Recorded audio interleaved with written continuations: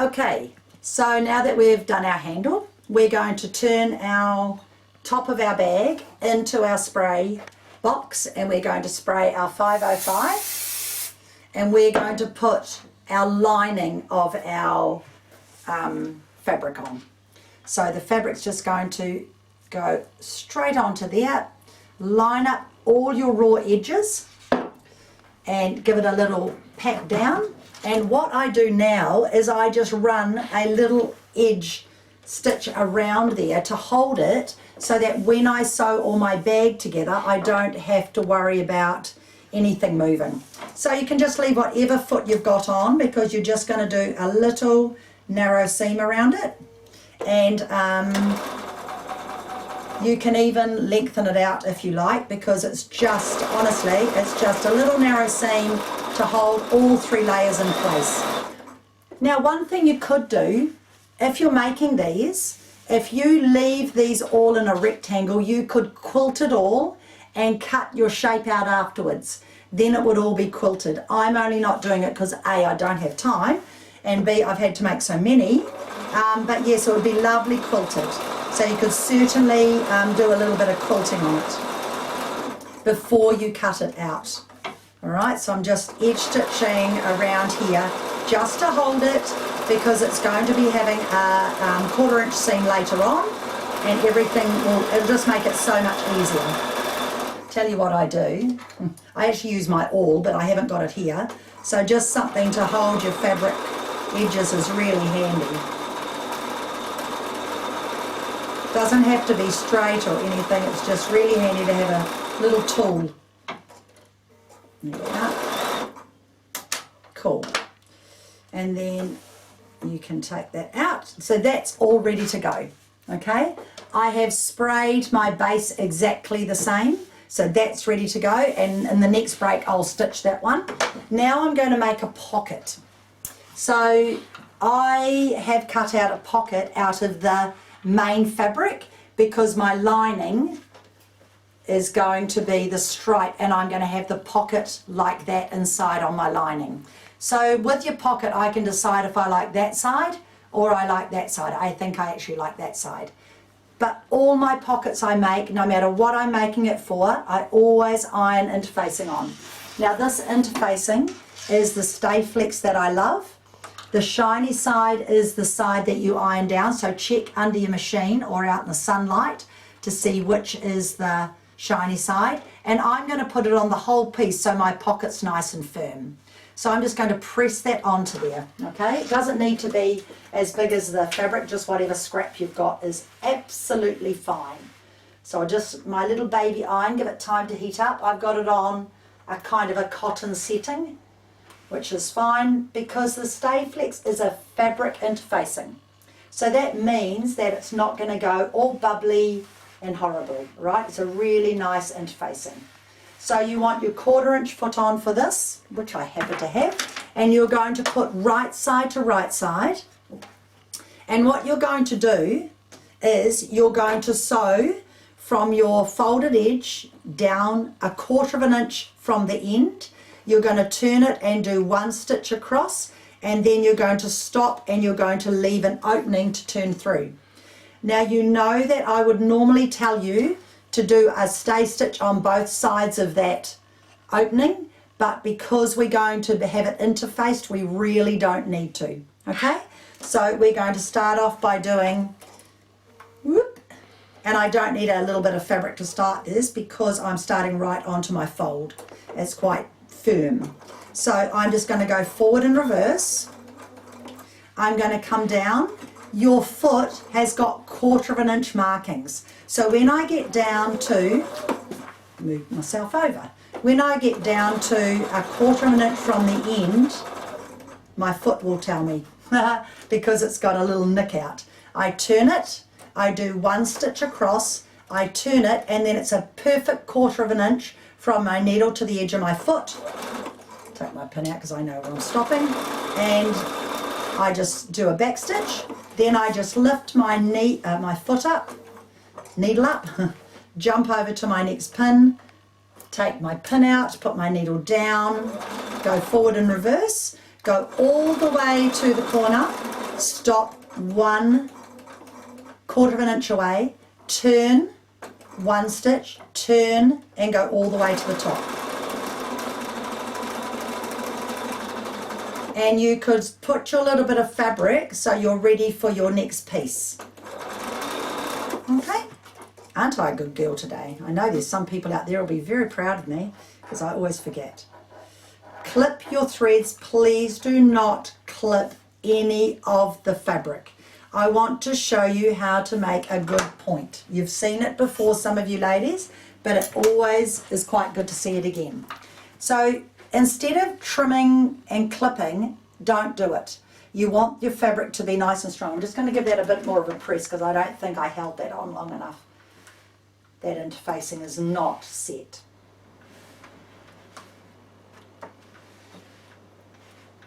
Do you know the best part about my new studio? I've got air conditioning and it's a really, really, really hot day and I just felt that lovely cool air conditioning behind me. Now, I'm going to put my finger inside here and I'm going to show you how I do my points. So here's my seam. I'm going to push it towards my finger, all right, so that my whole seam is rolled over. I hope you can see that nice and clear. Then I'm going to put my thumb right up on that point and I'm going to push that all the way through and then get my loop turner, best thing ever, and I'm going to pop that up in there and I end up with a really, really nice right angle. When you've got two seams, like 1, 2, you need to, it's a bit trickier because this is a small pocket, but I'll show you. Put your finger up into there, fold the first one the same way as you fold the opposite side of your pocket, and then fold, how do I show you this? I'll try and do it on this side. Okay, fold this one the same, and then put your thumb there and fold this one in and hold it. So you've sandwiched it over and then turn it through. Okay, and then use your point turn and you'll get lovely finishes. Excellent. Now I'm going to do the same to the other side. I'll do the trickier one first. Oh, trickier one first, being this one.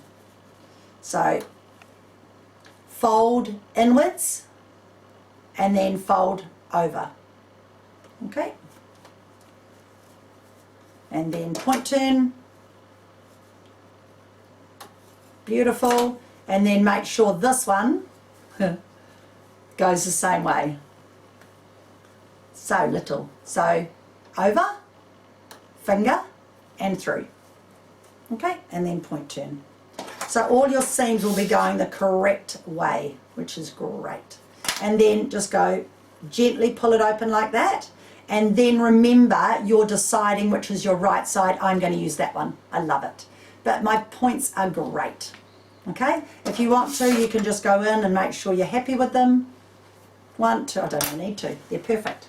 Okay, just give that a little pull like that. And because you've got your interfacing, none of this stretches out of control. It's really, really good. Now I'm just going to press that.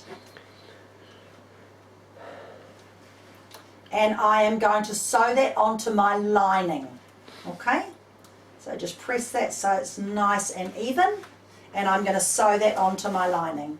But before I do, I'm going to top stitch the top edge of my pocket. So again, I can either put my edge stitch foot on or I can have a 6mm top stitch. I'll just leave my 6mm on. Looks nice. And I'm now going to top stitch across the top. So you can do whatever you like. You can either put your edge stitch foot back on or you can just do a 6mm top stitch. And the reason I can do that is because I've got my 1/4 inch edge stitch foot on. Now I need a bit of tension, so I've got this, so I can give this a little tug. And that helped me just get over that little bump at the end. Come down to the end. Would have been better if I had had my jewel feet. I wouldn't have had to worry, but it's fine. There we go. And then you've got your little tags. Right, so now I'm going to just press that little bit of fabric I'm going to center this onto my backing.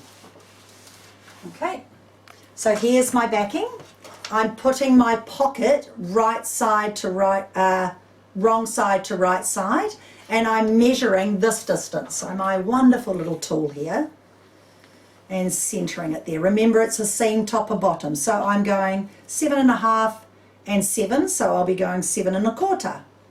So let's just take that up. Let's just go to there. That'll be dandy. And then just check this. So I've got that about 1 inch, and give that a little shove about 1 inch. So pop a pin. Now remember which way you're going to sew. I will put the edge stitch foot back onto this because I want as much pocket as I can get. I don't want a 6mm seam on that one. Okay, just close up your opening there, and one more pin will go down here. So I will show you this. This is why I'm doing it.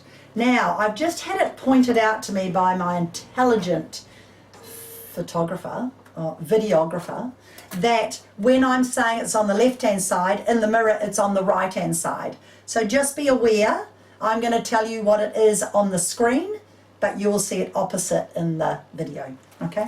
So I'm going to take off my 57 foot. I'm going to come to the screen. I'm going to touch the screen.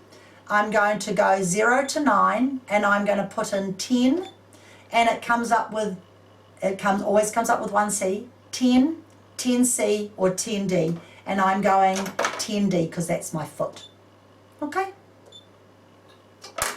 And popping my 10D foot on, and then I'm moving my needle position, 1, 2, 3, however many clicks to the left. Let's go 4 in this instant. You can have it wherever you like. Let me see if I like 4. So if I go onto here, my needle, as soon as I sit that down, my needle is going to go down there. 4's fine, but I'm going to go back to 3 because I want as much pocket as I can get. Okay?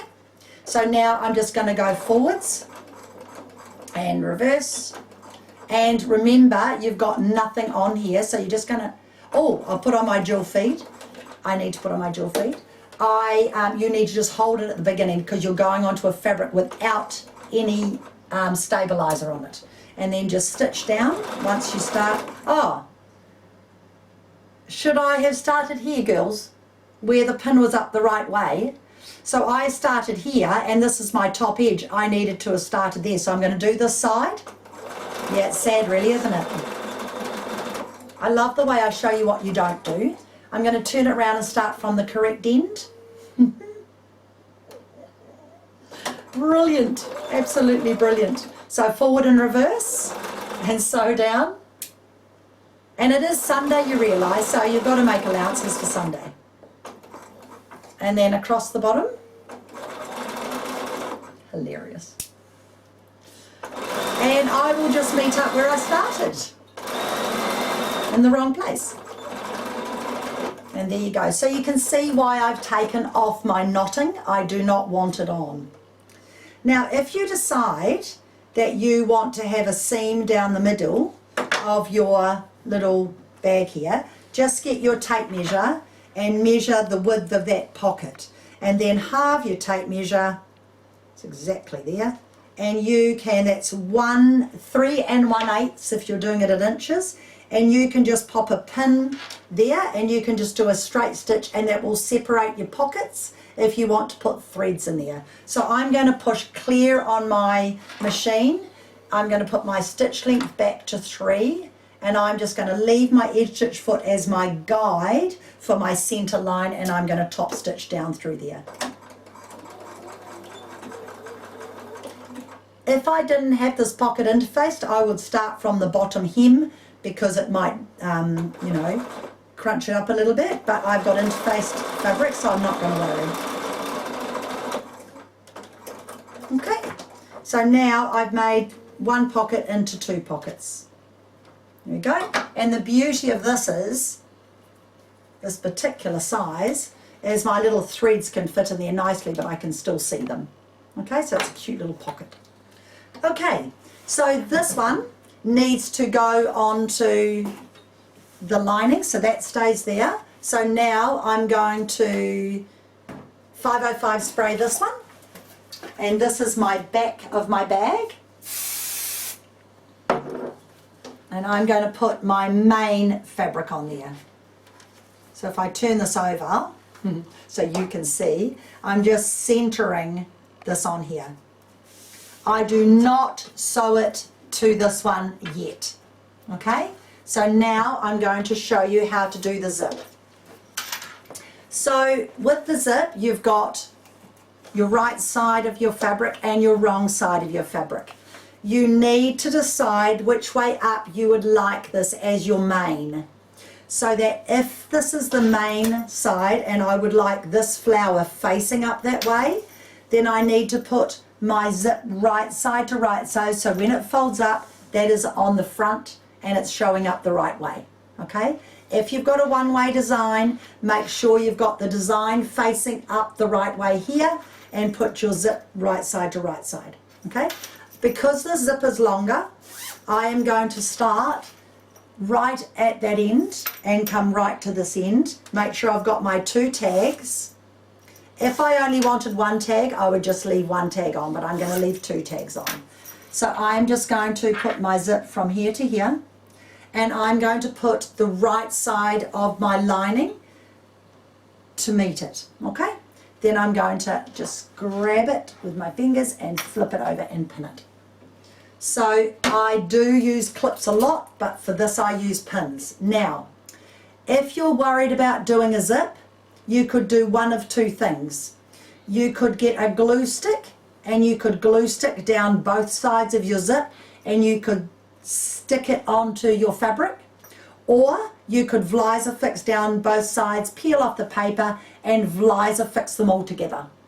Now the one reason I don't need to do either of those methods is because I am going to use my number 4 foot and it's a dual feed, so my dual feed will feed my layers together and I don't need to worry. So I'm going to pop my number 4D foot on.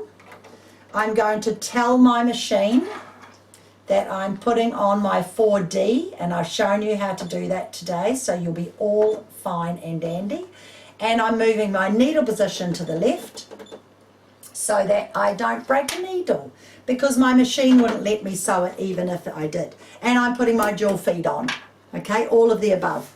Now if you didn't want to waste your beautiful, beautiful thread, you could chop and change for when you do your top stitching, all right? But for sake of time, I'm not going to do that today. Now you'll notice I'm leaving my teeth down, halfway down, okay? Reason being, I'm going to sew from here to here, and I'm going to move my my zipper ends up there so I can sew nice and evenly. So I only pin to where I'm going to stop, and I've got all my layers, I was going to say evenly, but I didn't, all my layers nice and even, okay?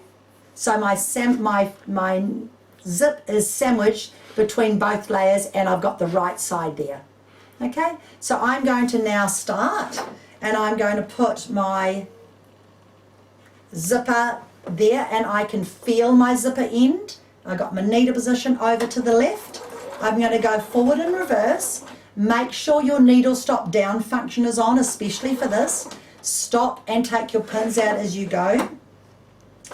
And once I start, I actually push my zipper up to my foot, okay? And you'll notice probably by using the 505 spray, it ends up sticking to your nails, and you just rub it off because all the fabric and the threads stick to your nails. It's quite funny. All right, so I'm just feeding this down. I'm not worrying about any movement or anything because everything's holding together. Then I'm going to get my zipper ends and I'm going to zip them past my foot, and now I can just sew. Repin if you want to, you really don't need to. If you've got your dual feed on, you just sew. Okay. Now when you are sewing in your soft and stable, we will be top stitching it. So I'm going to sew all the way to this end because I can cut this zipper off and no, I don't have to worry about it. Okay? And I can stitch over this zipper because it's only plastic. I don't have to worry about breaking needles like I did when I sewed the other day. So I can just literally cut this off and keep that for another job. Right, now what you're going to do is you're going to come over to the iron. You're going to sit your zipper down just like you've stitched it. Then you're going to flip over the right side of the front of your bag. You're going to give this a little pull so that you are making sure you are pressing this so it's right close to that zip. Okay, so you're pulling the bottom one so it's nice and close to that zip because we're going to be putting our soft and stable in here and top stitching it. Okay, so give that a good press. Then I want you to flip it over like that and I want you to pull this one so that the raw edges are back together. Okay, very, very, very easy. But you need to get your fabric away from your zipper. And these zips I am able to press without them melting like my one may have yesterday. Okay, some zips are not fabric zips like this. They're a bit more plasticky or what's the word, aluminium. And yeah, I may have pressed my zip and the zip black came off onto my fabric. So just be very aware. So use a pressing cloth if you're not sure. But this zipper, I do not need to worry about it melting. Okay, so you can see I've got everything perfectly straight because of my zipper foot. And I have got my fabric ready to go. So now I get my soft and stable, right? And I'm going to spray both sides. So one side, one end, should I say, the other end, turn it over, one side, and the other side. So you can see the benefit in having a spray box. Open up your fabric and you want this to go right up to your soft and stable, to go right up to your seam like that, right up to where you're stitched, and you can reposition it by lifting it up. Now you're going to pull this all the way over so that the raw edges are even. So give it a really good pull over so that all the raw edges are even. Okay, and this time you're going to use your quilting clips. Very pretty fabric. And then make sure on the back there's no little tucks. Perfect. So this time I get my quilting clips. Oh, that can come over further. You can see when it needs to come over further because your seams need to match. And use your quilting clips. Oh, I use them up this way. These quilting clips are really good for sewing. They're really good for knitting. They are just a brilliant little clip and they hold everything together and they're quick and easy instead of pinning. Alright? Right, so what we're going to do now is you're going to have a little break. I'm going to sew the other side and get them ready for the next stage. Okay? And I will get that ready as well. So I'll see you in a minute.